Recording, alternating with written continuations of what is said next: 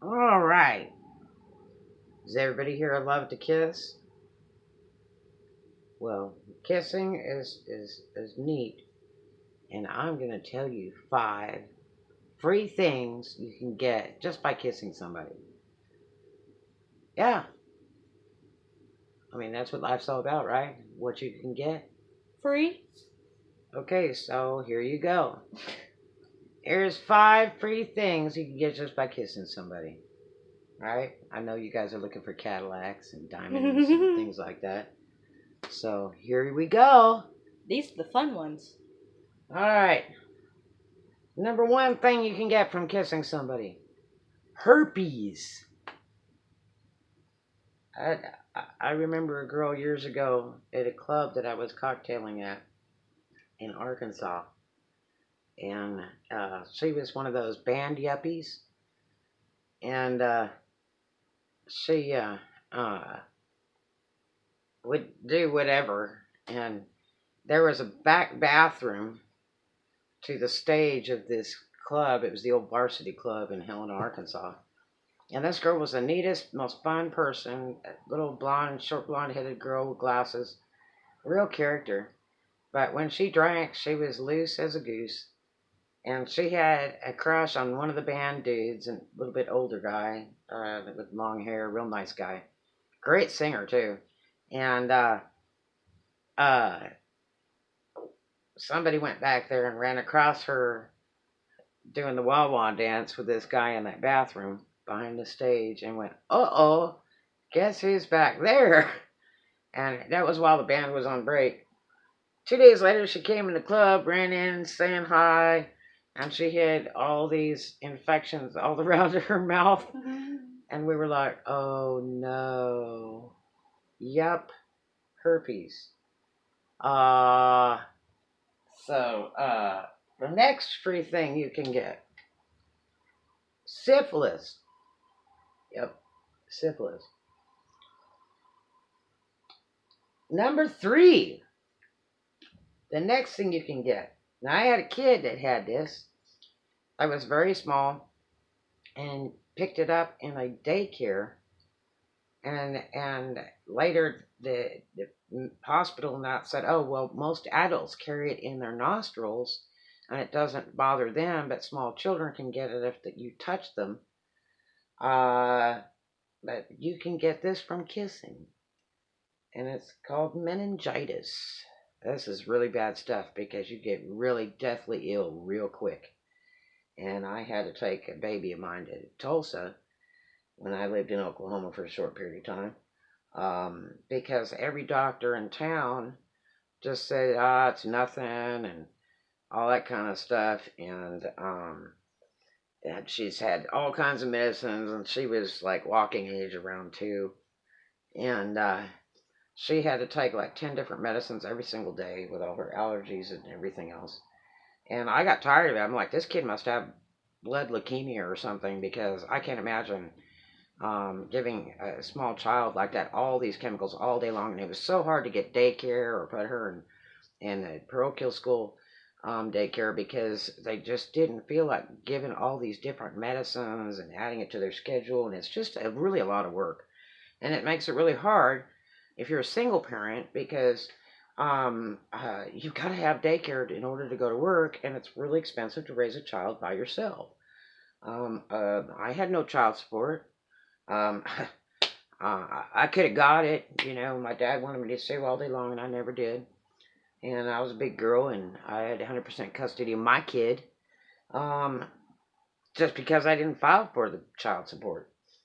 Anyway, and I took my child to Tulsa one day because my aunt Roseanne suggested that I should uh, have her checked out by a better doctor instead of little local small town doctors, just in case I was right. And I went to the big giant hospital in Tulsa, and they asked if she had ever been spinal tapped. I'm like, oh yeah, like 4 times in her life when she was like newborn and stuff. But came out clear every time. This, do you mind if we tap her? And I said, sure, go ahead. And I mean, you don't want to refuse it because they can die from that like 24 to 48 hours. So it's really bad stuff. Otherwise, it can do brain damage and hearing damage too. And so they spinal tapped her, and it came out cloudy. And they came in to tell me about 10, 15 minutes after the test was done, and they had the baby with them when they did it. And I said, "Well, where is she?" And they said, "Oh, we've already rushed her to the big hospital across the way." Um, they had this big thing in the sky where you could walk directly from the medical building right to the hospital, and they had already started rolling her over there. And I mean, she was happy-go-lucky, had some sniffle a little bit, no fever. Really interesting. Caught it just in time. We did a month in that hospital. Both of us were treated because they asked me, "Well, do you want to be treated because you've been exposed to it, probably? And if a small child, comes up to you, you're in contact with a small child, do you have any other small children with you?" I'm like, "No." But I mean, everybody's kids run up to me in Walmart and grab me by the leg, and I was the one that everybody loved. Uh, and nobody figured out. I guess it's sort of like dogs and cats. If they come near you, they think you're a good person. So kids always came around me, and I love children. I do. I love good kids especially. And so we did a month in the hospital being treated for this meningitis, because of course I would never want to make a stranger person's child sick and die in a very short period of time. So I made sure to go ahead and be treated, absolutely. Otherwise, giving it back to my own kid, maybe, I don't know. So yes, I got treated for it too.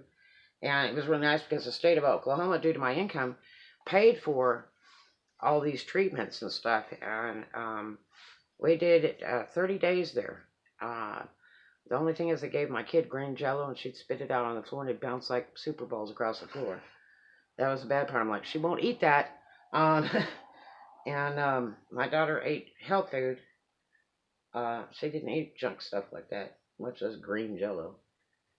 Um, and anyway, so meningitis, very serious, serious illness, um, that you can die from in short, short order. That they told me when my daughter went in there that she could have died 48 hours later if I hadn't had it treated, and that was amazing. What a great thing I did because I just had that heartfelt feeling something was seriously wrong.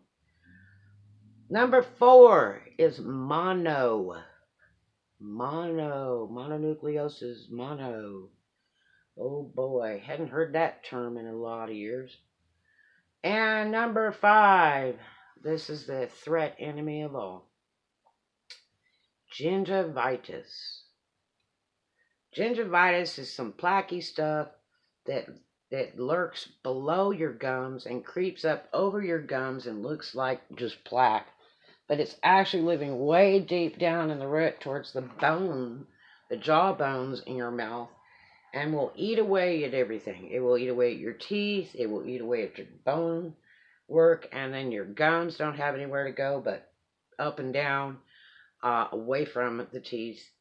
And when you see people with like really big teeth, sometimes that's because they have a gum problem, and could be from gingivitis, where the gums recede back in the mouth and show bigger teeth.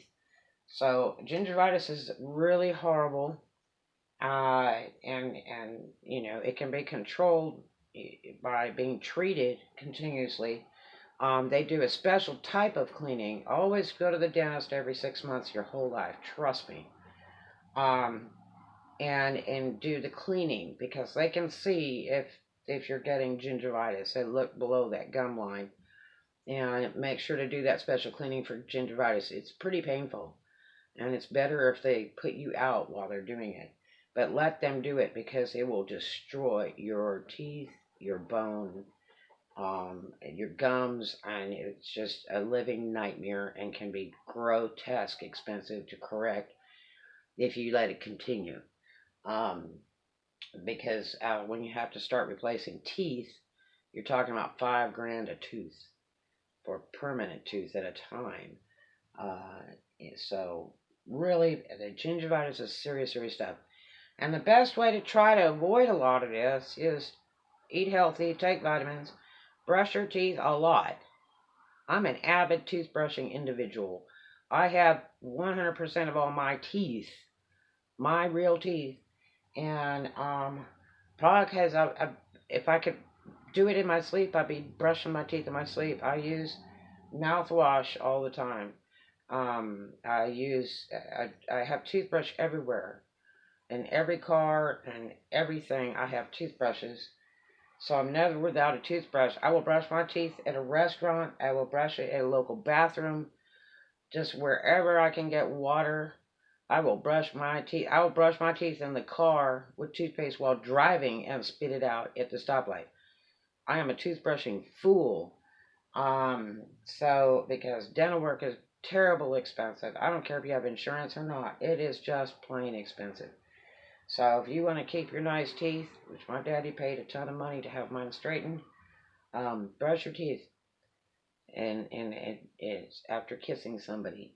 So as soon as you can brush your teeth after kissing somebody is really great because it will help you to stay away from these infectious illnesses and won't degrade your health. But I would suggest don't kiss just everything that walks by because you don't know what they have. If you're worried about AIDS, you better worry about these things because this is serious stuff.